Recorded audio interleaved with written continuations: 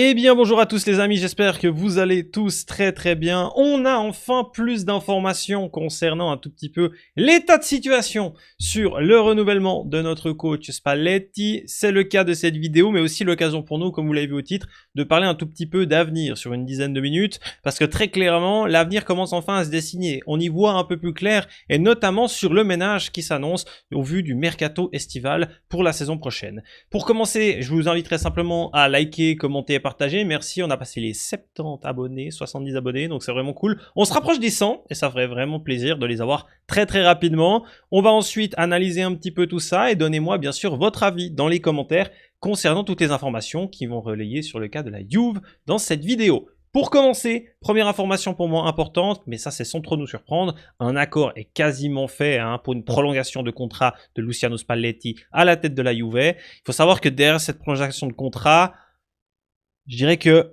il est clair de la part de Damien Comolli et de tout le board Juventus qu'il va vraiment y avoir une chose qui est très claire, c'est que l'homme qui prend les décisions à l'avenir d'un point de vue mercato, c'est Luciano Spalletti. Il l'a déjà annoncé, une volonté d'aller chercher un attaquant, d'aller chercher un milieu de terrain, un défenseur et un gardien. Il a déjà fait un peu une liste, donc on travaille déjà sur le fait qu'il faut préparer l'équipe au vu de la saison prochaine.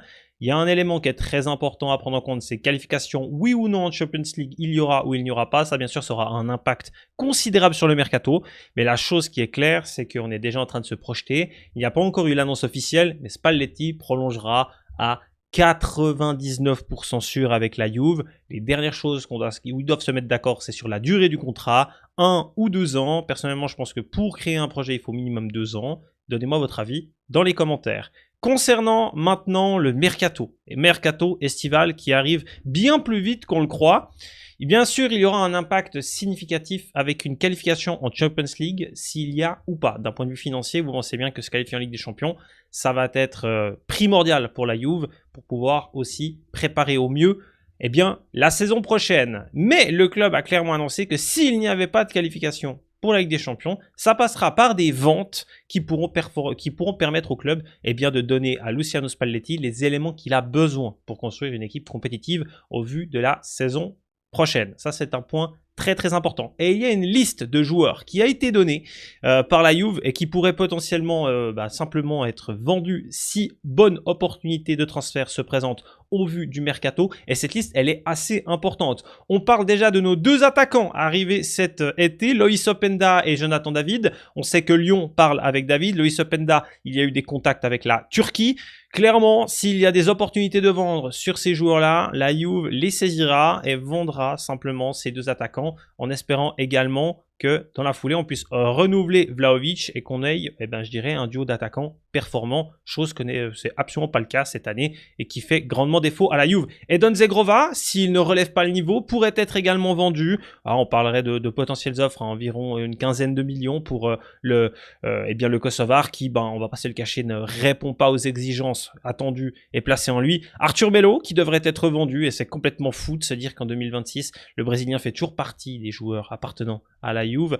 Nicolas Gonçalves, clairement. Alors attention, parce que Spalletti a aussi donné des commentaires plutôt positif sur l'Argentin qui performe plutôt bien du côté de l'Atlético de Madrid, mais il semblerait que la première expérience n'est pas vraiment convaincue, ça on le sait, et c'est tout à fait possible que l'Argentin s'en aille. Daniele Rugani, qui est déjà prêté du côté de la Fio et qui a une option d'achat qui est obligatoire, va rapporter quelques millions. Joao Mario Bologne, qui est plutôt satisfait pour le moment de son prêt du Portugais, qui pourrait envisager l'acquisition définitive du piston portugais, arrivé en province de Porto, qui n'a absolument pas performé du côté de la Juve. Notre duo de gardiens de but, qui revient sur la volonté de voir un nouveau gardien de but arriver du côté de la Juve la saison prochaine. Donc Di Gregorio et Mattia Perin devraient normalement quitter le board. En tout cas, si les opportunités sont là, ils le feront. Et les deux joueurs encore qui devraient quitter la Juve, il s'agit là de Teuko Piners. C'est limiter la casse au vu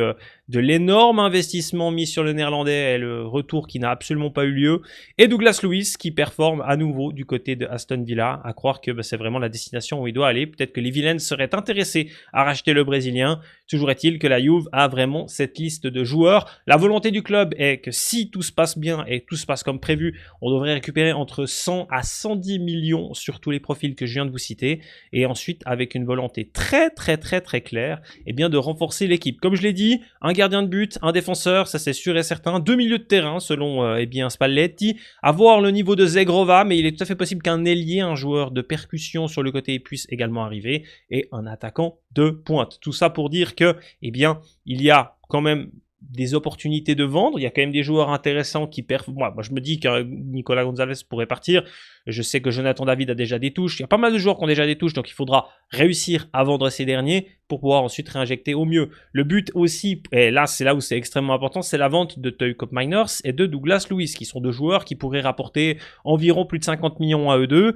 Et on va pas se le cacher qu'en vendant ces deux joueurs, on libérait une certaine masse salariale. Et la Juve a dit clairement, c'est nécessaire pour nous de vendre ces deux profils qui ont une grosse masse salariale pour pouvoir ensuite aller potentiellement recruter des joueurs libres. La Juve n'a pas caché son intention de recruter des opportunités libres. Alors, je suis un peu mitigé sur cet avis parce que autant tu vas acheter un joueur qui te coûte pas cher et donc oui, l'opportunité d'avoir un joueur de qualité est bonne. On parle quand même de Senesi, on parle de Goretzka, on parle de Bernardo Silva, des joueurs qui clairement sont confirmés à leur poste.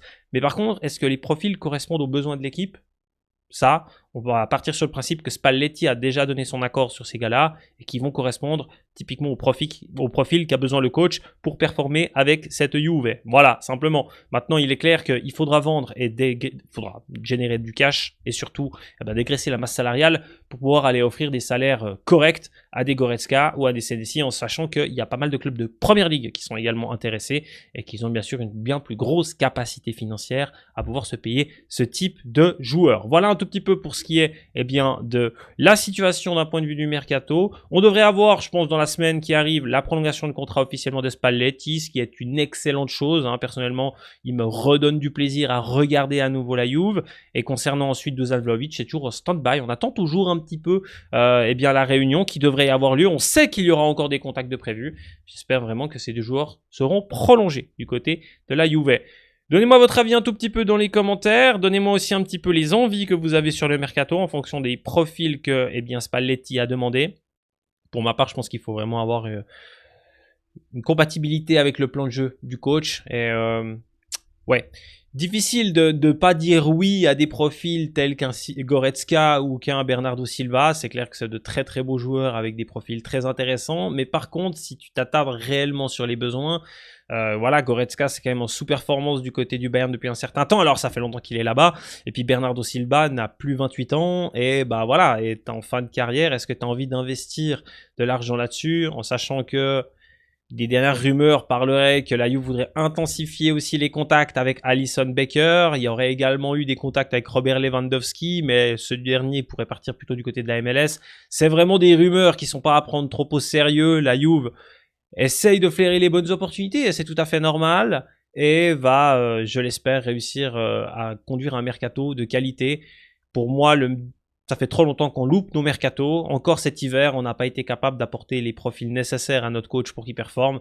Il faut que cela change. Voilà, on se retrouvera très certainement dimanche pour parler un tout petit peu de cette confrontation qui arrive. Ce match très très important contre le Frioul qui, je l'ai dit, on a vraiment une série de finales pour aller chercher cette Ligue des Champions. Et vous le voyez, on parle déjà de l'impact qu'elle pourrait avoir s'il n'y a pas, s'il y a, oui ou non, la Ligue des Champions l'année prochaine, c'est clair qu'il va falloir cette compétition si on veut que la Juve puisse également rester sereine financièrement. Votre avis dans les commentaires, les amis. On se dit à très très vite sur cette chaîne pour parler de la Juve encore une fois. Fino alla fine e forza Juve.